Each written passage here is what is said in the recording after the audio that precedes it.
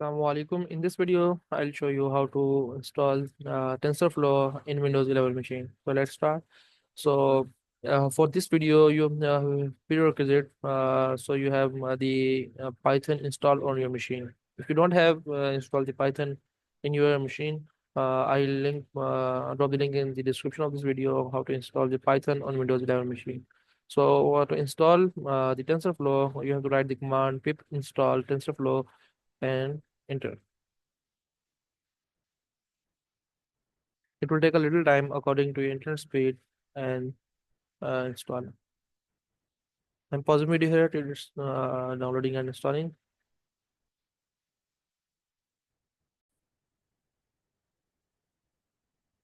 So you can see TensorFlow is installed now on all Windows 11 machine. I have showed in this video how to install the TensorFlow library in Windows 11 machine. So good luck, guys.